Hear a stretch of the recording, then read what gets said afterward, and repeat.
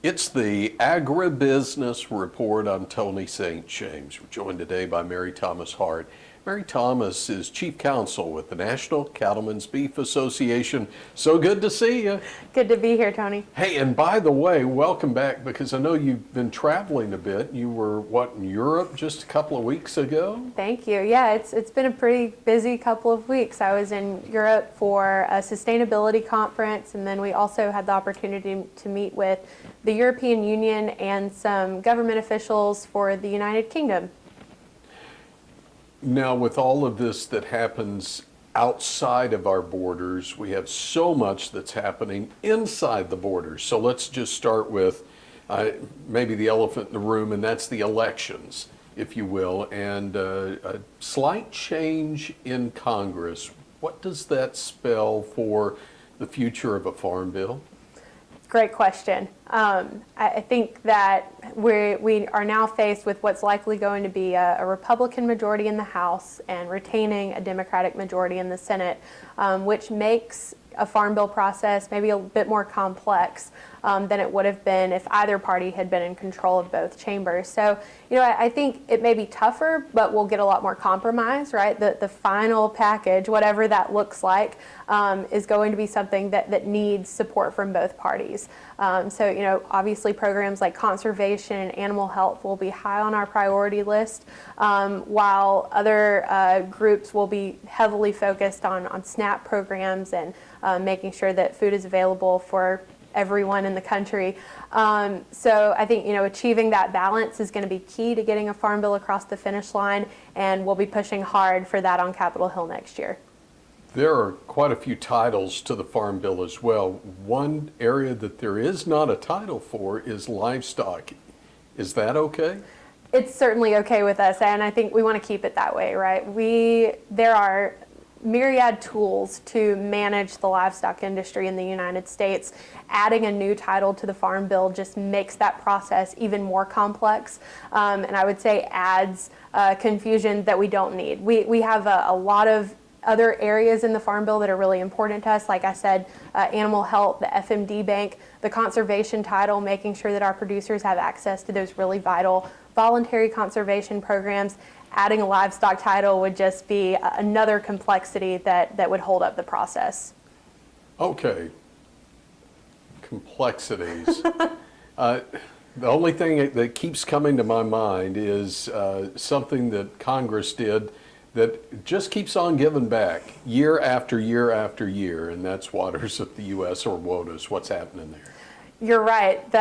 When Congress wrote the Clean Water Act in 1972, I'm sure they could have never imagined the 50 years of litigation that would follow finalizing that piece of legislation. But certainly since that act was finalized, we've seen about 13 different versions of a definition for waters of the U.S. And so currently we sit in a place where the Supreme Court just heard oral arguments in Sackett versus the EPA, which is the Supreme Court's fourth attempt to consider and define WOTUS, while simultaneously the Biden administration is about to finalize yet another regulatory definition of WOTUS. I think we're kind of in the calm before the storm right now. We don't have a definition from either or a final definition from either, but certainly by 2023, we'll probably be in a situation where we have two competing definitions, and we'll have to go back to court to figure out how those two definitions work together.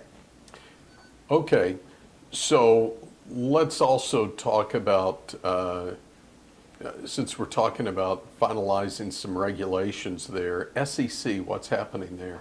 So earlier this year, the Securities and Exchange Commission proposed a rule to mandate greenhouse gas emissions reporting from publicly traded entities. Now, that proposal includes mandated reports related to Scope 1 or direct emissions, Scope 2 or energy generation emissions, and Scope 3 or supply chain emissions.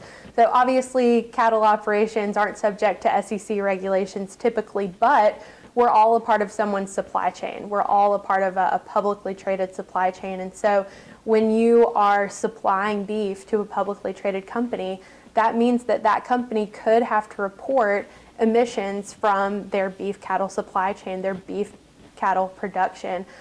So that certainly, it indirectly implicates cattle producers and agricultural producers across the country.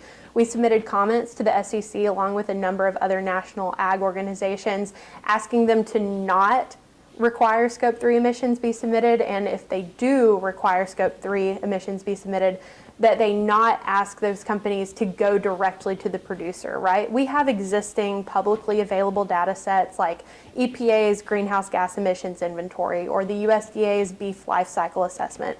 Those are all valuable tools that could be used to calculate supply chain emissions without implicating farmers and ranchers.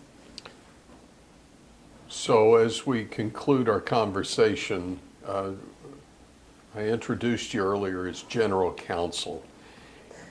That has got to be such a wide-reaching range of different issues that you're following, from Waters of the U.S., SEC, Farm Bill. Are there some other things when you look down the road, maybe after the first of the year, we ought to keep an eye on as well? Well, I think the SEC reporting rule is probably the tip of the iceberg when it comes to greenhouse gas emissions regulation. NCBA has been vigilant for years about making sure that cattle producers aren't subject to greenhouse gas emissions reporting requirements or any other regulations related to air emissions. We'll continue that drumbeat, but I think that the pressure will certainly increase in the air regulatory space.